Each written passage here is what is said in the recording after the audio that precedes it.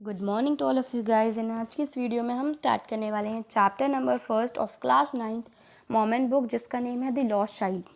हमारे चैनल पे आपको हर चैप्टर की समरी एंड उसके रिलेटेड क्वेश्चन आंसर्स मिल जाएंगे। तो अब स्टार्ट करते हैं हम विदाउट वेटिंग। चैप्टर के जो राइटर हैं वो है मुल्क राज आनंद। अब स्टार्ट करते हैं। Now let get to the chapter. जो मतलब इसमें बताया गया है कि स्प्रिंग का फेस्टिवल होता है, मतलब त्यौहार होता है स्प्रिंग का, स्प्रिंग सीज़न होता है और हर कोई मेले में जा रहा होता है। बच्चे जा रहे होते हैं मेले में अपने पेरेंट्स के साथ। और इस चैप्टर में जिस बच्चे की बात करी है वो भी बहुत ज़्यादा एक्साइटेड होता है, क्योंकि देखा है ना बच्चे कभी, अगर तो अब मेले कम रह गए हैं, लेकिन जब होता है ना कि कभी मॉल में जाते हैं तो बच्चे क्या है कितने ज़्यादा एक्साइटेड होते हैं, हम ये लेंगे वो लेंगे। उसी तरीके से वो बच्चा भी बहुत ज़्यादा एक्साइटेड हो रहा होता है, क्योंकि वो अपने पेरेंट्स के साथ जा रहा होता है। जैसे ही वो मेले में एंटर करता है तो उसको एक टॉय शॉप दिखती है। वो अपने पेरेंट्स से रिक्वेस्ट करता है, प्लीज़ मुझे ये दिला दो। उसके पेरेंट्स कुछ नहीं कहते, उसके पापा कुछ नहीं कहते, सिर्फ उसे गुस्से में देखते हैं। होता है ना कभी कभी पेरेंट्स बहुत ज़्यादा गुस्से में देखते हैं और हम समझ जाते हैं कि आप नहीं दिलाने वाले। जैसे ही उसके पापा गुस्से में देखते हैं, उसकी मम्मी जो है उस टॉय शॉप से उसका ध्यान हटाने की सोचती हैं। इधर उधर मतलब बेटा देखो वो वहाँ पे सरसों का खेत है। अब सरसों का खेत में वहाँ पे भंवरे और तितलियाँ जो है उसे दिखती हैं। अब वो उसकी तरफ अट्रैक्ट हो जाता है, वहाँ की तरफ भागने की कोशिश करता है। फिर उसके पेरेंट्स कहते हैं बेटा इधर आओ। मतलब वो इतना ज़्यादा चीज़ों को देख के अट्रैक्ट हो रहा था कि उसके पेरेंट्स बार बार मना कर रहे थे, बेटा उधर मत जाओ, बेटा उधर मत जाओ, लेकिन वो नहीं सुन रहा था। फिर उसे बुला लेते हैं। अब जैसे जैसे धीरे धीरे फुटपाथ पे जो है वो भीड़ होना शुरू हो गई, इधर उधर लोग आ रहे थे। अब क्या हुआ, फिर उसे वहाँ पे जैसे वो आगे चलता है तो उसको एक स्वीट की शॉप दिखती है। स्वीट की शॉप गांव की तरफ जैसे ही जा रहा होता है, खुशबू से बहुत अच्छी आ रही होती है। अब उसका मन करता है मुझे बर्फ़ी खानी है। वो सिर्फ एक ही बार बोलता है अपने पेरेंट्स से कि मुझे खानी है, और वो बिना अपने पेरेंट्स का आंसर सुने आगे चलने लगता है, क्योंकि उसे पता है कि जो उसके पेरेंट्स है वो मना कर देंगे। वो सिर्फ एक बार कह के यही आगे चलने लगता है। बच्चे का बहुत ज़्यादा मन था बर्फ़ी खाने का, बट क्या करें, है ना। उसके बाद है फिर आगे जैसे चलता है, फिर वहाँ पे बहुत ही प्यारी जो है गुलमोहर की माला, गार्लैंड ऑफ गुलमोहर, मतलब वहाँ पे उसे दिखती है। वो कहता है अपने पेरेंट्स से कि मम्मी मम्मी मुझे वो चाहिए। फिर उसके पेरेंट्स कहते हैं तुम इसका क्या करोगे, ये तो तुम मतलब ये बच्चे हो, तुम इसका क्या करोगे, है ना। वो मना, फिर उससे भी मना कर देते हैं। फिर उसे आगे चल के एक बैलून, कलरफुल बैलून वाला दिखता है। उससे कहते हैं कि मम्मा मम्मा मुझे बलून चाहिए। फिर भी उसके पेरेंट्स मना करते हैं। बेटा कहते हैं अब क्या तुम बच्चे हो जो इतने बलून से खेलोगे। जो भी वो मांगता है उसके पेरेंट्स उसे मना करते हैं कि बेटा ये नहीं लेना, बेटा वो नहीं लेना, है ना। और उसके पेरेंट्स बीच बीच में उसे ये भी बोल रहे थे बेटा इधर उधर मत जाओ, क्योंकि उसका माइंड बहुत ज़्यादा डिस्ट्रैक्ट हो रहा था।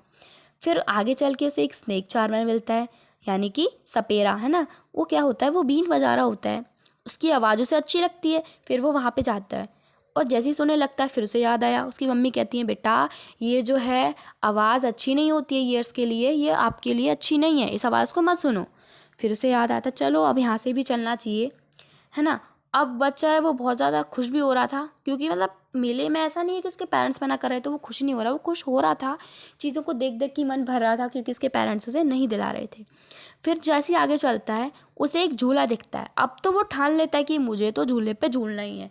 अब चाहे पेरेंट्स कुछ भी कहें, मुझे झूले पे झूलना है अब, है ना। तो वो क्या कहता है, वो पेरेंट्स से ज़िद करने लगता है मुझे झूले पे झूलना है, झूले पे झूलना है। अब जैसे ही वो झूले पे झूलने की कहता है, अब वो जैसे ही पीछे मुड़ के देखता है तो उसके पेरेंट्स उसे नहीं दिखाई देते।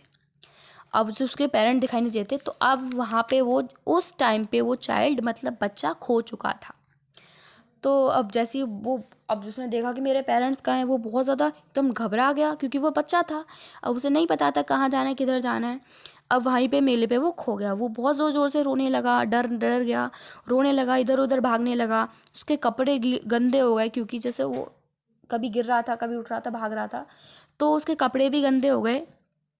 मतलब वो बहुत ज़्यादा रोने लगा, क्योंकि उसके पेरेंट्स जो हैं वो खो गए, इससे दूर हो गए, है ना। तो वहीं पे एक आदमी अचानक से आता है। वो कहता है, उसको रोता हुआ देखता है तो वो पूछता है बेटा आप रो क्यों रहे हो, और तुम्हारे पेरेंट्स कहाँ पे हैं।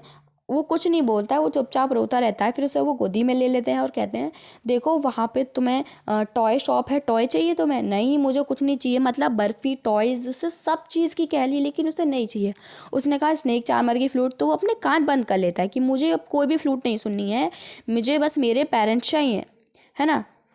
तो इस वीडियो का कोई मतलब इस चैप्टर का कोई क्लियर एंड नहीं है कि बच्चे को मतलब अपने पेरेंट्स मिले या नहीं, लेकिन क्या होता है वो बहुत ज़्यादा रोने लगता है। वो कहता है कि आप मतलब आप इस स्टोरी से हमें क्या मोटिव मिलता है कि जब उसके पास अपने पेरेंट्स थे तो उन्होंने उनकी कदर नहीं करी, लेकिन जब वो उससे सेपरेट हो गए तो वो इतना ज़्यादा रोने लगा, उतना ज़्यादा फियरफुल हो गया, और जितनी चीज़ वो पहले चाहता था उसे बाद में वो मिल गई, क्योंकि उसने उस इंसान ने कहा कि तुम्हें ये दिला दूंगा, मैं वो दिला दूंगा, लेकिन उसने मना कर दिया, मुझे कुछ नहीं चाहिए, I want only my parents, मुझे सिर्फ मेरे पेरेंट्स चाहिए। वो मना कर देता है, मुझे कुछ नहीं चाहिए। तो इससे हमें ये समझ में आता है कि जब उसके पास उसके पेरेंट्स थे तो उसने उनकी केयर नहीं करी, लेकिन जब वो उसके पेरेंट्स उससे सेपरेट हो गए तो उसने क्या करा, रोने लग गया। जी, जो चीज़ उसे पहले मिल रही थी वो चीज़ उसे बाद में, मतलब पहले मिल रही थी वो तो, पर उसके पेरेंट्स नहीं दिला रहे थे, लेकिन बाद में वो चीज़ उसे वो इंसान दिला रहा था लेकिन उसने नहीं ली। तो इस स्टोरी से हमें ये समझ में आता है जो चीज़ है उसके हमें रिस्पेक्ट करनी चाहिए, मतलब अपने पेरेंट्स की रिस्पेक्ट करनी चाहिए, क्योंकि उनके अलावा हमारा रियल फ्रेंड कोई नहीं होता। सो इस वीडियो में हमने देखी इस चैप्टर की समरी, एंड नेक्स्ट वीडियो में हम इसके क्वेश्चन आंसर्स आपको प्रोवाइड करेंगे। Thanks for watching and support my channel because I am new in YouTube, so please make sure to like and subscribe, and also press the bell notification to get my videos notification first of all. Thank you.